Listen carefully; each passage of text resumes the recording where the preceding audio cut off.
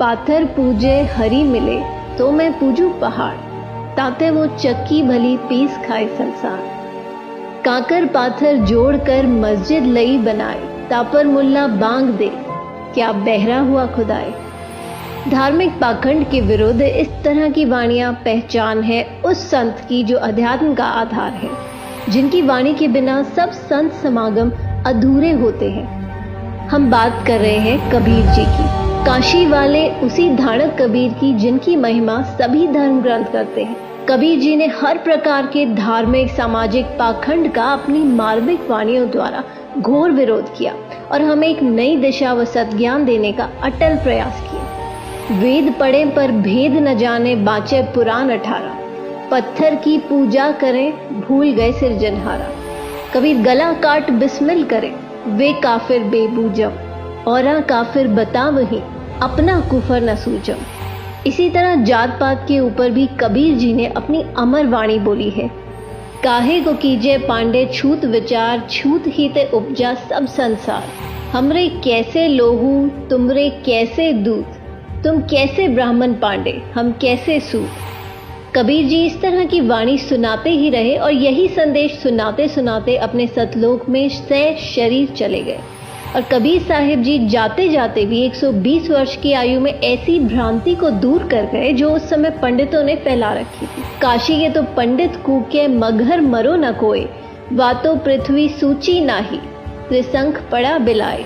उस समय हिंदू धर्म गुरुओं पंडितों ने एक प्रथा बना रखी थी कि जो व्यक्ति काशी में प्राण त्यागता है उसे स्वर्ग प्राप्त होता है, तथा जो मगहर में मृत्यु को प्राप्त होता है वो गधा बनता है।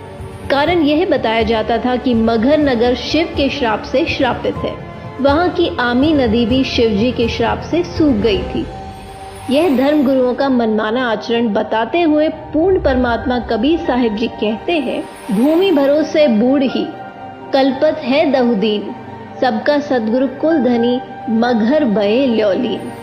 इस वाणी में कबीर साहिब जी समझाते हैं कि मनुष्य स्वर्ग जाएगा या नरक, यह मनुष्य के कर्म आधार से निर्धारित होता है।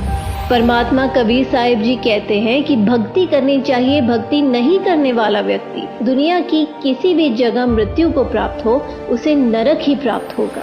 मुक्ति खेत मथुरापुरी वहाँ कीना कृष्ण की लोल, कंस केसी चानौर से वहाँ फिरते डामाडोल।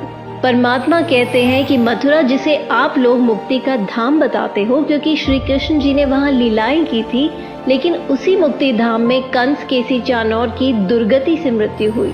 परमात्मा कहते हैं कि स्वर्ग नरक कर्म आधार से प्राप्त होते हैं, किसी जगह विशेष पर मरने से नहीं। कबीर जी ने इसी भ्रम का निवारण करने के लिए कहा कि मैं मगहर में अपना शरीर छोड़ूंगा और तुम सब देखना कि मैं कहाँ जाऊंगा।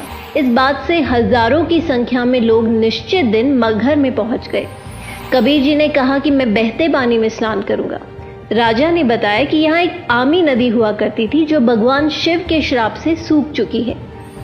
कबीर जी ने उस नदी की तरफ अपने हाथ से इशारा किया जैसे ट्रैफिक पुलिस वाहनों को चलने का इशारा करती है।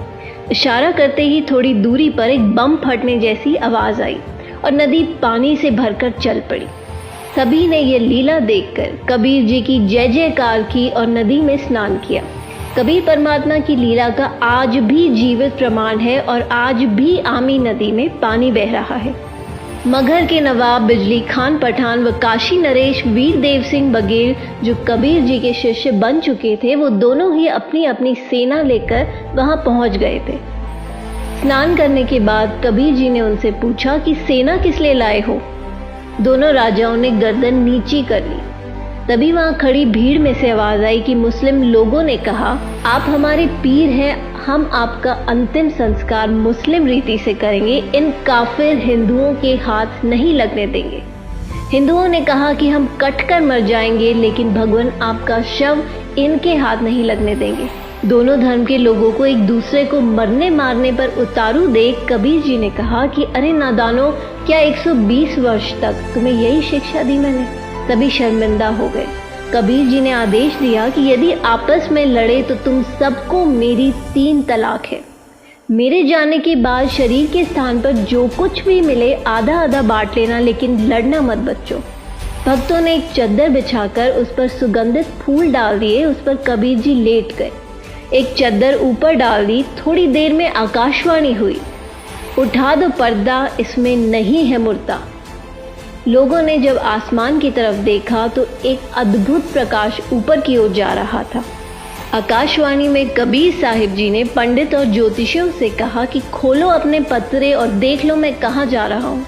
सबने देखा और कहा कि यहाँ तो सब नक्षत्र ही बदल गए हैं, ये तो स्वर्ग से भी ऊपर की ओर जा रहे हैं।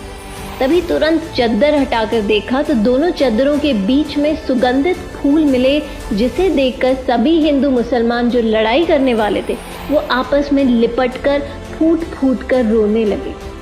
सभी एक दूसरे के गले लगकर इस प्रकार रोने लगे जैसे बच्चों की माँ मर जाती हो, जैसे वो अनाथ हो गए हों। संत गरीबदास जी की अमर वाणी है, काशी तज गुरु मघर आए दोहू दीन के पीर, कोई गाडे कोई अगन जरावे, ढूंढा ना पाया शरीर। आधे फूल एक चद्दर हिंदुओं ने व आधे फूल और दूसरी चद्दर मुसलमानों ने ले ली और वहीं पर साथ साथ यादगार बना दी। इसका प्रमाण मगहर में आज भी है और पूरे विश्व में केवल मगहर को छोड़कर ऐसी कोई जगह नहीं है जहां एक व्यक्ति की एक ही स्थान पर समाधि और मजार दोनों हो। अतः कबीर जी हमें जाते जाते भी ये संदेश देकर चले गए कि हिंदू मुस्लिम दो नहीं भाई, दो कहें सो दो जग जाई। कहाँ तो दोनों के बीच भयंकर युद्ध होना था और उसके विपरीत परमात्मा की दया से दोनों दीन हिंदू मुसलमानों में भाईचारा बढ़ा। लेकिन परमेश्वर दयालु है, उन्होंने जाते जाते भी उस अनर्थ को टाल दिया।